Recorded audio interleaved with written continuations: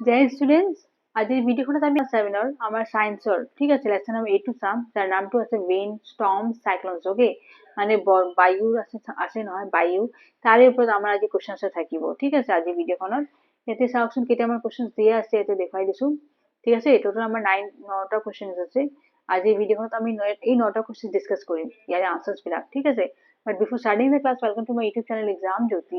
And let's start the class with the first question. প্ৰথম কোৱেশ্চনটো চাব ইয়াতে fill in the blanks কৰিব দিছে ঠিক আছে that is moving wind is moving air বতাহ যে হয় গতিশীল বায়ু নহয় moving air okay winds are generated due to uneven heating of on earth আমাৰ যে winds বিলাক produce হয় কিয় হয় কাৰণ পৃথিৱীৰ uneven মানে ভালকে বতাহটো গতি নকৰে uneven হয় okay ক'বাত বেছি ক'বাত কম হেনেকুৱা near the earth surface warm air rises up আৰু earth surface পৃথিৱীৰ যে surface হয় তাতে গৰম বায়ুটো ওপৰৰ ফালে যায় ঠিক আছে ওপৰৰ ফালে যায় য'ত গৰম আছে বায়ুটো ওপৰৰ ফালে গতি কৰে কাৰণ তো পাতল হৈ যায় where cold air comes down আৰু যোনটো ঠাণ্ডা বতাহ থাকে নহয় ওপৰৰ মেৰু অঞ্চলৰ সেই বায়ুটো কি হয় তলৰ ফালে গতি কৰে ওকে তেতিয়া কি হয় এইখিনি তেতিয়া আকৌ ঠাণ্ডা হৈ যায় এটা বস্তু মনত ৰাখিব যে গৰম বায়ু ঠিক আছে গৰম বায়ু কি হয় পাতল হয় গতিকে এটো ওপৰৰ ফালে গতি কৰিব ওকে আৰু ঠাণ্ডা বায়ুটো কি হয় ঠাণ্ডা বায়ুটো পাতল নহয় এটো তলৰ ফালে গতি কৰে okay air moves from a region of high air pressure আৰু বতাহটো সদায় কি হয় মুভ কৰিব যে বয় হেতু হাই air pressure okay high to low হয় হাই to low okay so high air pressure to a region of lower air pressure okay next আছে question number 2 suggest two methods to find out wind direction at a given place দুটা methods আমাৰ বতাহৰ দিশটো নিৰ্ণয় কৰিব কাৰণে দুটা method দেখাব দিছে the two methods to find out okay not finding the two methods to find out the wind direction at a given place are as follows okay প্ৰথমতে আছে by seeing the direction of dry leaves released in the air যদি বতাহত আপনি শুকান পাতবিলাক এৰি দিয়ে গতিকে য'ত বায়ু থাকিব এইফালে গতি কৰিব হয়নে পাতবিলাক নেক্সট বাই সিং the direction in which it is difficult to ride the bicycle যদি আপনি বাইসাইকেল ৰাইড কৰি আছে ঠিক আছে আৰু এইফালে আপনার মানুষজন বহি যাই আছে তো এই সাইকেলটো যে আছে আপনার যদি এনেকে যাই আছে আৰু যদি বাতাহটো এইফালে আছে নহয় আপনি বহুত কষ্ট পাব চলাৰ সময়ত গতিকে এইটো এটা ডিৰেকশনটো আমাৰ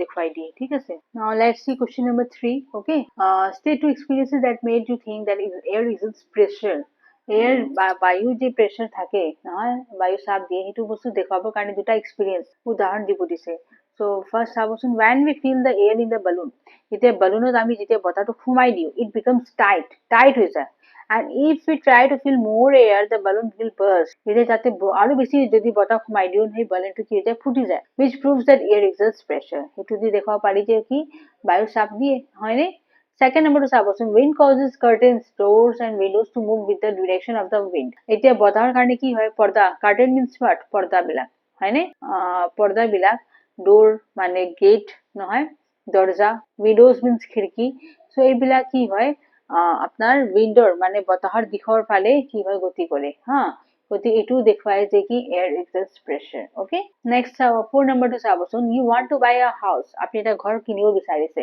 so would you like to buy a house having windows but no ventilators explain your answer যদি আপনি এটা ঘৰ কিনিব বিচাৰিছে যদি ঘৰখনত একো ভেন্টিলেশন নাই হা উইন্ডোজ নাই খিৰকি নাই আপনি এটো ঘৰ কিনিব বিচাৰিব নেকি so it's not a good idea to buy a house without ventilators because warm air is lighter than cold air hence warm air passes out of your home through ventilators and accordingly without ventilators warm air will not pass out and the house will remain warm so আমি জানো যে ৰুমৰ ভিতৰত হা যদি আমি এতে বহি আছো ওকে তেতিয়া কি হয় warm বতাহবিলাক কি হৈ যায় গৰম হৈ যায় ওকে ইতে গৰম হৈ গলে এটো কি হ'ব ওপৰৰ ফালে গতি কৰিব কিন্তু যদি ইয়াতে খিৰকি সিৰকি নাথাকে ভেন্টিলেশন নাথাকে এটো বতাহ কেনেকৈ ওলাবই নোৱাৰিব গতিকে ৰুমটো কি হৈ যাব পুৰা গৰম হৈ যাব সেই গতিকে আমি কি কৰিম এটা দৰজা কি খিৰকি থকা ঘৰটোই কিনিব বিচাৰিম okay next question number 5 explain why holes are made in hanging banners and hoarding মানে ব্যানার বিলাক যে বনোৱা হয় নহয়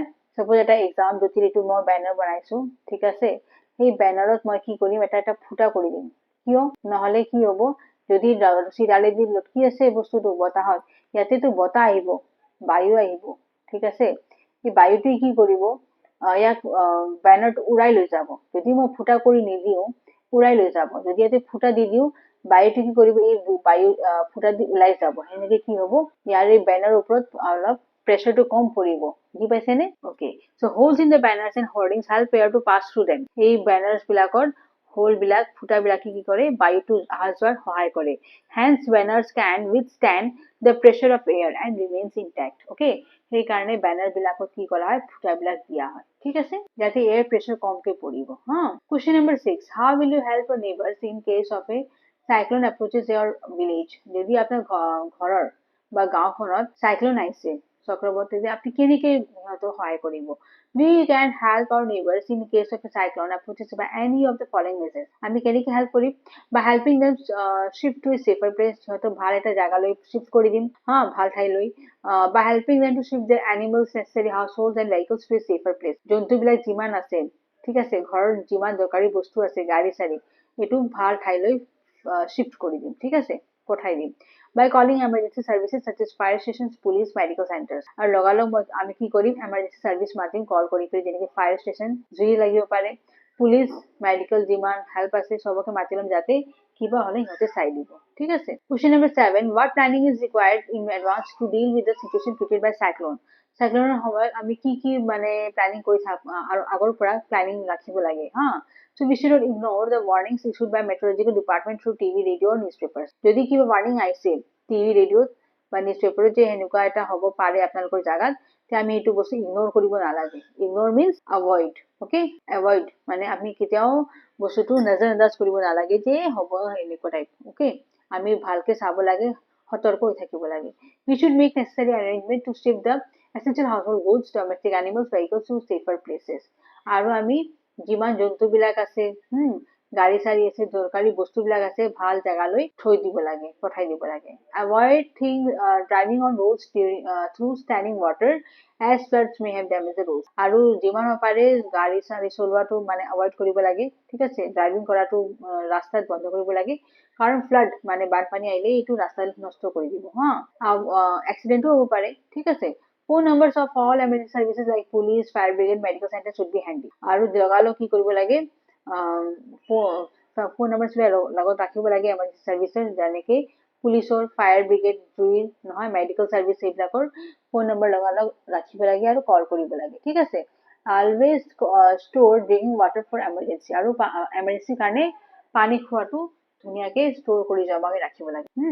Do not touch wet switches and fallen power lines. আৰু তেতিয়া মানে পানী হাতেদি একো সুইচ বিলাক টাচ কৰিব নালাগে, হা। Do not pressurize the rescue force by making undue demands. আৰু সিহঁতৰ rescue force যিমান আহে নহয়, সিহঁতক অদৰকাৰী বস্তুৰ কাৰণে কেতিয়াও ডিমাণ্ড কৰিব নালাগে, অকে।